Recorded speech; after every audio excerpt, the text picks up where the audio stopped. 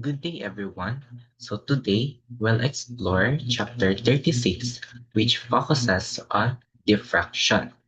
So this topic will help us understand light waves when it encounters obstacles or openings.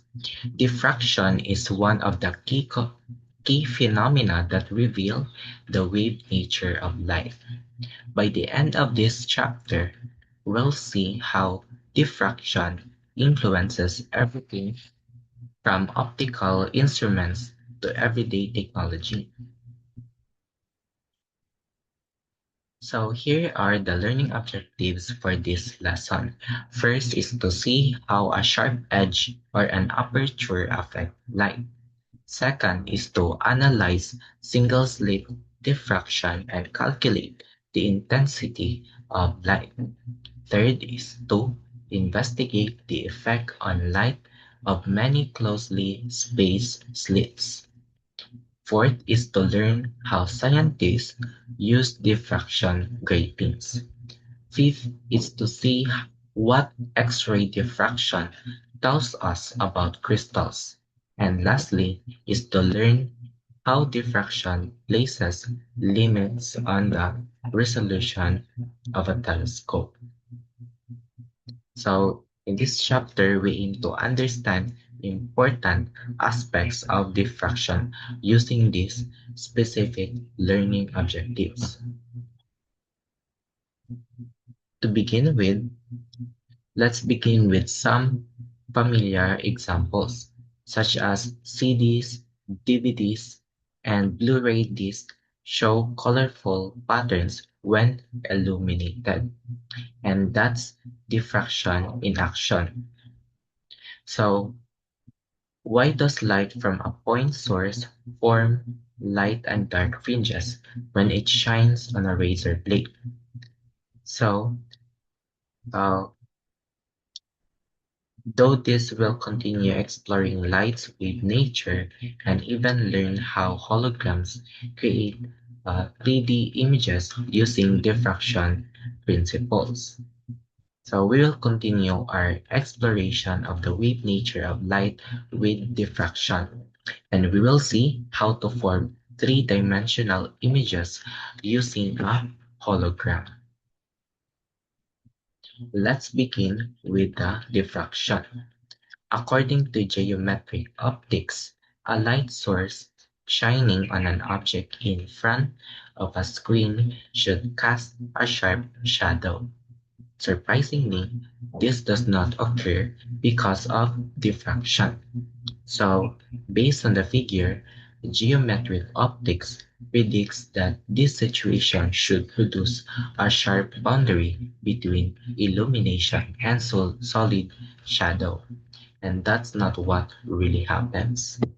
So, according to geometric optics, light should cast a sharp shadow when blocked by an object. But in reality, that doesn't happen because of diffraction. Light bends around edges, causing the shadow to uh, causing the shadow boundary to blur. This bending is a direct result of light's wave nature, not the particle behavior. So let's delve into the diffraction and Huygens principle. The Huygens principle can be used to analyze diffraction. So we have here two diffraction. First is the Fresnel diffraction. The source, the screen, and obstacle are close together. And next is the Fraunhofer diffraction, which are the source, screen, and obstacle are far apart. So it is shown on the figure 36.2 below shows the diffraction pattern of a razor blade. So the Huygens principle states that every point on a wavefront acts as a source of secondary wavelets. When these wavelets overlap, they form new wavefronts. We classify diffraction into two types. Again, the Fresnel diffraction, where the source and screen are close, and the Fraunhofer diffraction, where the source and screen are far apart.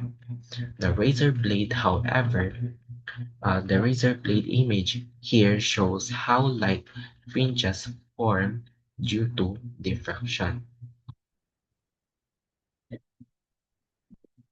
So let's discuss the diffraction from a single slit. In Figure 36.3 below, the prediction of geometric optics in Figure A does not occur. Instead, a diffraction pattern is produced as in Figure B. So in Figure A, the predicted outcome is that geometric optics predicts that predicts that this setup will produce a single bright band the same size as the slit. However, in Figure B, it shows what really happens. In reality, we see a diffraction pattern, which is a set of interference fringes. So when light passes through a narrow slit, geometric optics predicts a single bright band. However, we actually observe a series of bright and dark fringes, which is a diffraction pattern. Interestingly, the narrower the slit, the broader the pattern, and this happens because light waves interfere with each other after passing through the slit. So let's move on to the Fresnel and Fraunhofer diffraction. As shown in Figure 36.4 below, the Fresnel or the near field and Fraunhofer, the far field diffraction for a single slit. Again, the Fresnel diffraction is where the source and the what we call it, the screen are close together.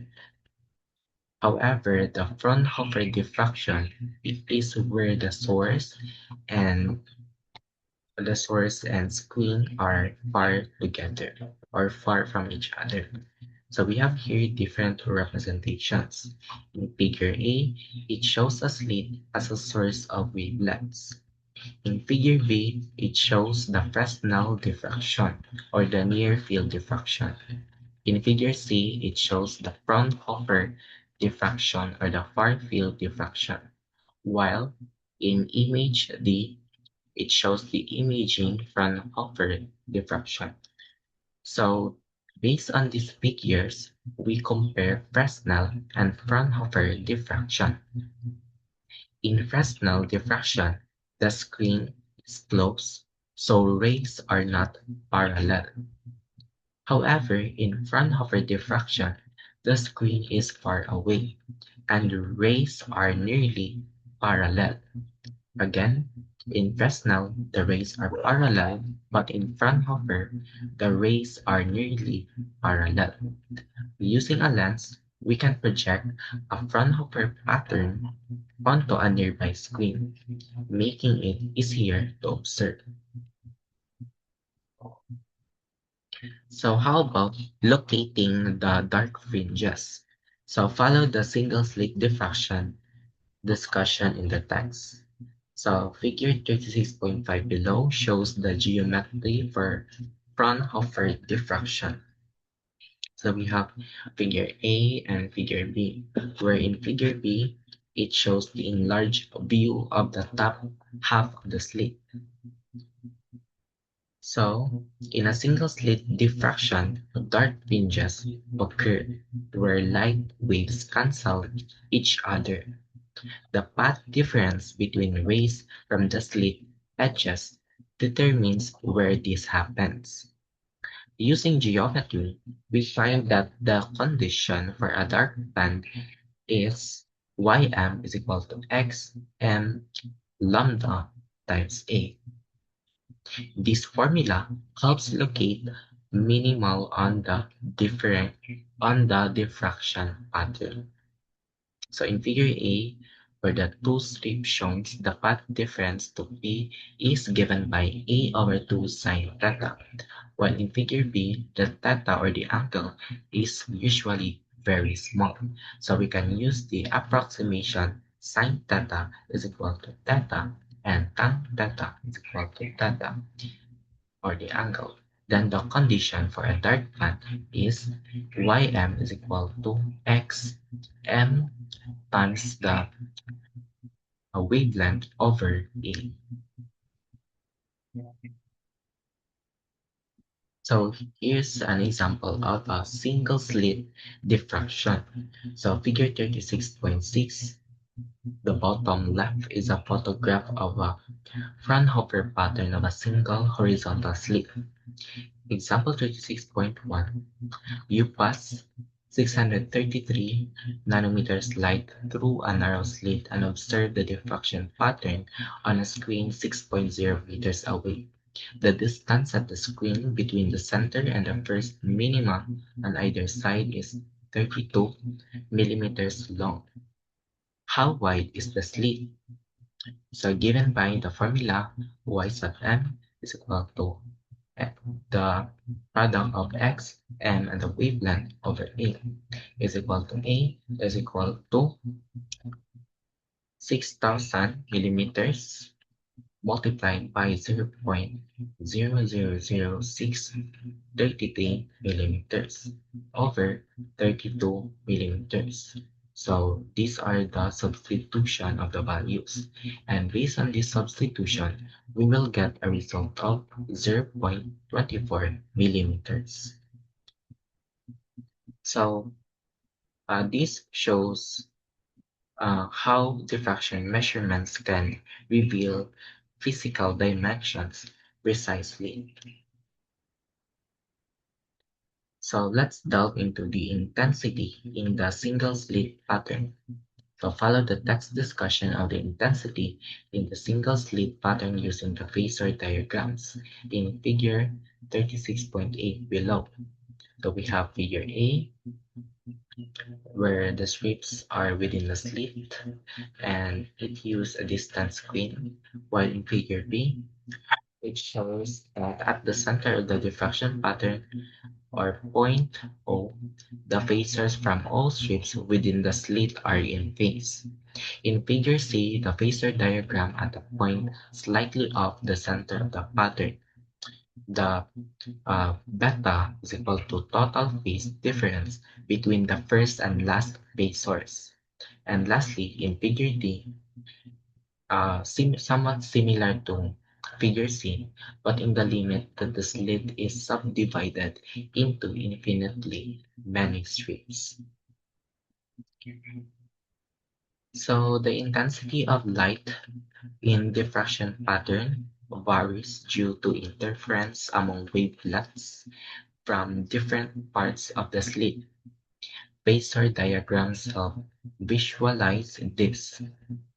At the center, all waves are in phase, producing maximum intensity. Away from the center, phase differences cause partial cancellation, reducing brightness.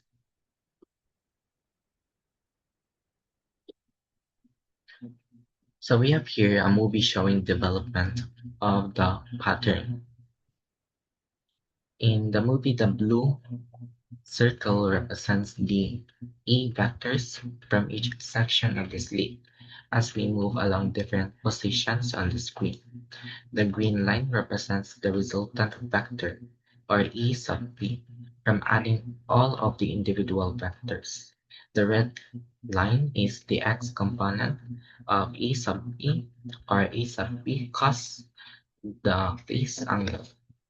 The cyan line merely traces out E sub p cos phase angle along the screen, or cosine phase angle along the screen. In this animation, the blue circle represents electric field vectors from each slit section. The green line shows the resultant vector, while the red and cyan lines trace its components. Together, They illustrate how the interference of these vectors form the observed diffraction pattern. So let's talk about the quantitative intensity in the single slit pattern. So we have here the figure 36.8 as shown below. The angle beta is the phase angle of the ray from the top of the slit, while the phase angle from the bottom of the slit is 0. The vectors lie along a circle whose center is at C. So E sub P is a chord of the circle. The arc length E sub 0 is subtended by the same angle beta. So the radius of the circle is E sub 0 over the beta. From the diagram, E sub P is equal to 2 E sub 0 over the beta sine beta over 2. And this results in E sub 0 sine beta over 2 over B over 2. Since beta is equal to 2 pi over wavelength, A sine theta, we have I, which is the intensity, is equal to I sub 0, quantity of sine pi A multiplied by sine theta over the wavelength, then divided by pi A sine theta over the wavelength. And this equation is squared. And this shows the sinc function. So mathematically, the intensity distribution follows a sinc function. The phase angle B determines how waves from different slit points combine. The formula describes how intensity decreases away from the center, forming the characteristic diffraction pattern. Let's talk about the intensity maxima in a single slit pattern. So, figure 36.9 at the right shows the intensity versus angle in a single slit diffraction pattern. The minima occur when beta is a multiple of 2 pi, and the location of the maxima are found by taking the derivative of the intensity and setting it to 0. Surprisingly, these are not precisely where the beta is equal to positive or negative 2m plus 1 pi, or m is equal to, where m is equal to 0, 1, 2, and so on and so forth. In fact, there are no maximum for m is equal to 0 in this expression. The central maximum is wider than the others and occurs at angle equal to 0. Using these approximate values of the phase angle beta in the intensity, we find intensity where I sub m is approximately equal to pi sub 0 over the quantity m plus 1 half squared multiplied by pi squared. Minima occur when the beta equals multiplies of 2 pi, while maxima appear between them. The central maximum is the brightest and widest. As we move outward, intensity drops sharply. This pattern demonstrates how wave interference governs light distribution through a slit. So let's talk about the width of the single slit pattern. So the width of the diffraction pattern depends on the ratio of slit width to wavelength. Narrower slit or narrow slits rather produce broad patterns, while wider slits yield sharper peaks. The example here shows how intensity and angular spread vary with slit dimensions, emphasizing the inverse relationship between slit width and diffraction strength. So we have here two slits of a finite width. When two slits have a finite width, the overall pattern results from both diffraction and interference. The intensity is given by I is equal to I sub 0 sinc squared beta over 2 cosine squared, the angle over 2, or sine of x is equal to sine x over x, where the angle is equal to 2 pi d over the wavelength sine theta, and beta is equal to 2 pi a over wavelength sine theta. So when two slits have finite width, the overall pattern results from both diffraction and interference. The envelope of the diffraction modulates the interference fringes, creating alternating bright and dark bands. So how about several slits? In figure 36.13 below, a lens is used to give a Fraunhofer pattern on a nearby screen. Its function is to allow the pattern to be seen nearby without having the screen really distant. The phasor diagrams show the electric vectors from each slit at different screen locations. So with multiple slits, the interference becomes more complex. A lens helps project the Fraunhofer pattern onto a nearby screen. Phasor diagrams show how electric vectors from each slit combine. Maxima occur when the path difference equals an integer multiple of the wavelength. D sine theta is equal to n times the wavelength. So we have here the interference pattern of several slits.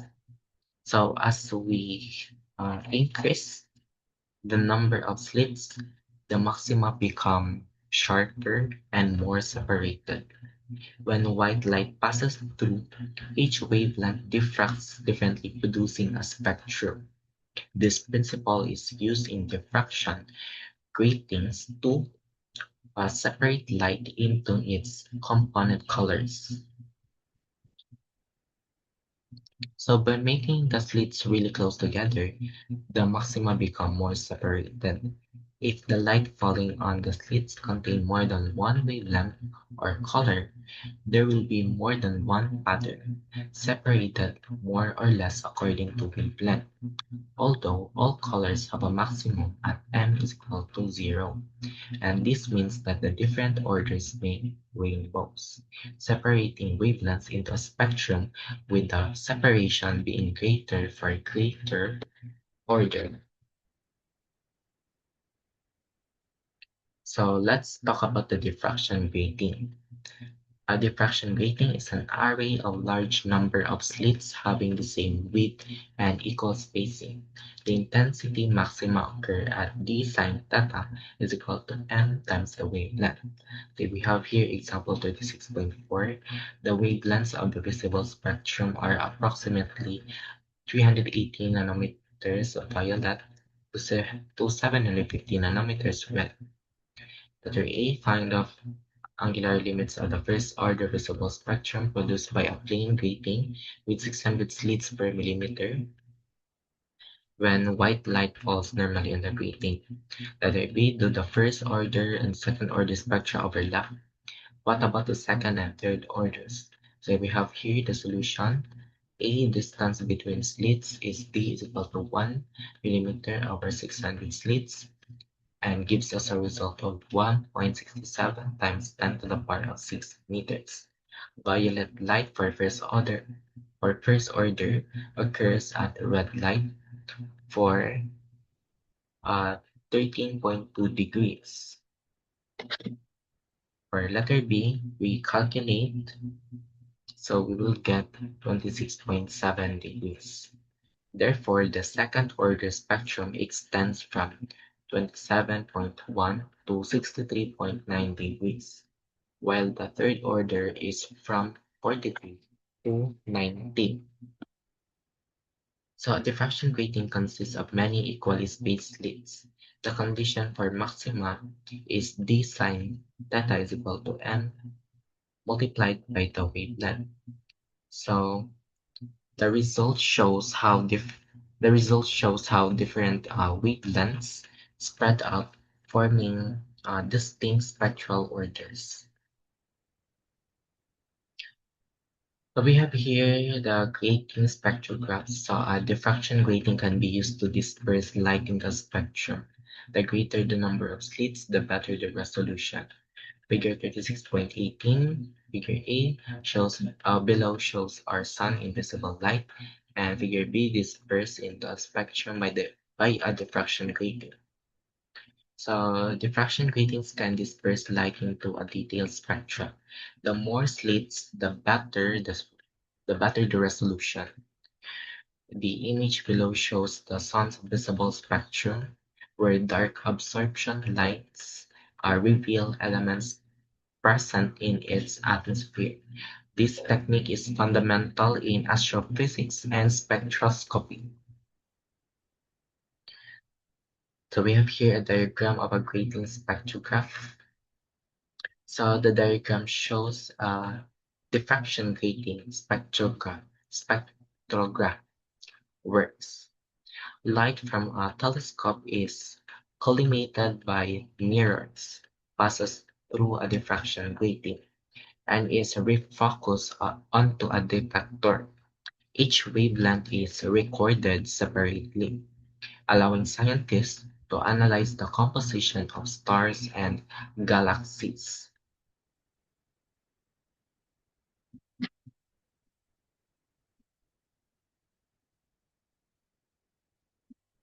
So we have here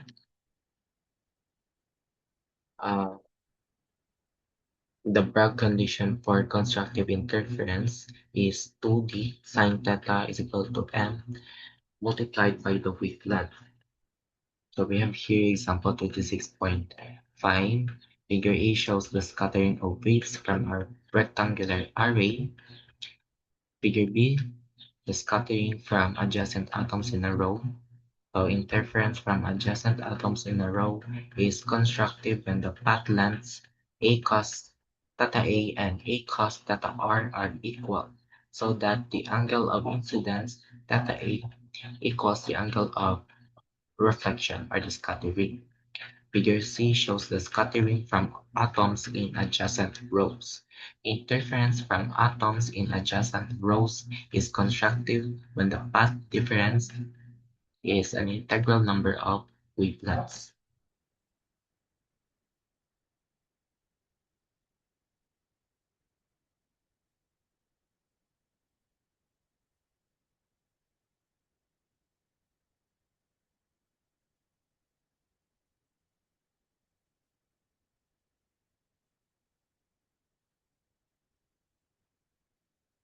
So we have here,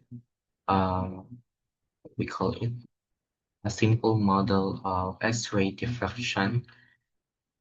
So to understand X-ray diffraction, we use the Bragg wave. So we have here a simple model of X-ray diffraction. So to understand X-ray diffraction, we use the Bragg condition for constructive interference. So we have here 2D sine theta is equal to m times the wavelength. This equation tells us when reflected X-rays from atomic planes reinforce each other.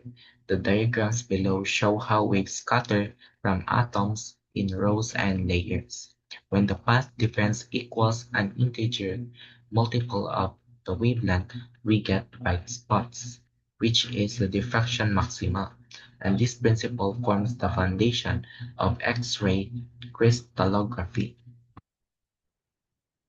So we have here circular apertures. Again, an aperture of any shape forms a diffraction pattern. So you have figures 36.25 and 26 below illustrate diffraction by a circular aperture. The area this is the central bright spot. So the first dark ring occurs at an angle given by sine theta sub 1 is equal to 1.22 wavelength over d. So diffraction occurs not only through slits, but also through circular openings. When light passes through a circular aperture, it forms a pattern of concentric rings rather, known as an Airy pattern. The bright central region is called the Airy disk. The first dark ring appears at an angle given by sine theta 1 is equal to 1.22 wavelength over d. The relationship shows that smaller apertures produce wider diffraction patterns. Again, the smaller apertures produce wider diffraction patterns, affecting image sharpness. So we have here diffraction and image formation. Diffraction limits the resolution of optical equipment such as telescopes. The larger the aperture, the better the resolution. Figure 36.27 shown in the right illustrates this effect. Diffraction limits how clearly optical instruments can resolve details. In telescopes, microscopes, and cameras, the aperture size determines resolution. As shown in these figures, small apertures cause overlapping diffraction patterns, blurring the image. Medium apertures improve clarity, and large apertures produce distinct sharp points. And lastly, this demonstrates why larger optical systems yield better resolution. So we have here the bigger telescope and better resolution.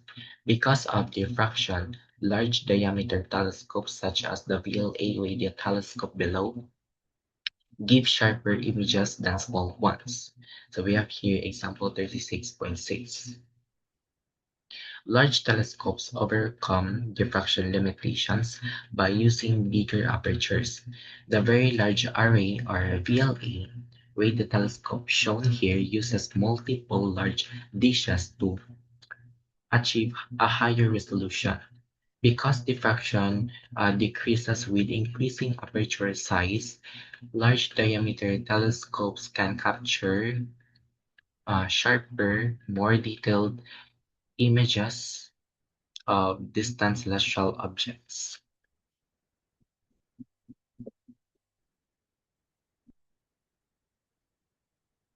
So what is holography? So holography uses laser light rather, to create three-dimensional images. A beam splitter divides the laser into two parts, the object beam and the reference beam. The object beam reflects off the object, while the reference beam goes directly to the photographic field. The interference pattern records both amplitude and phase information. When illuminated later, the hologram reconstructs a three-dimensional image that appears to float in space. So how does holography work? So this diagram shows the physics behind holography. In part A, a plane wave and a spherical wave interfere on a film, recording the hologram. In part B, when the hologram is illuminated again, the interference reconstructs the original wavefronts, forming a virtual image that appears three-dimensional. This process captures both depth and perspective, unlike ordinary photographs. So we have here an example of holography. Figure 36.32 below shows photographs of a holographic image from two different angles, showing the changing perspective. So here we see a real example of a holographic image. The same hologram is a photograph from two different angles, showing how the perspective changes, just like viewing a real object. This demonstrates the unique property of holograms. They preserve spatial information, allowing the viewer to see depth and parallax.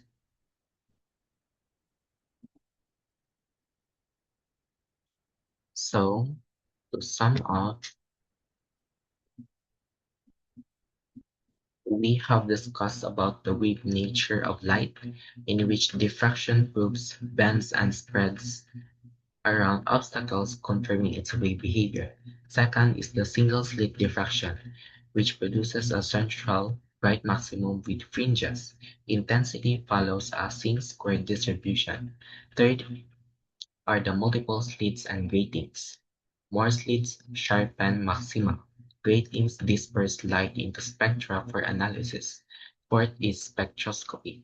Diffraction gratings reveal absorption lines, which is a key in astrophysics. And lastly, we have discussed about X-ray diffraction. Crystals act as gratings.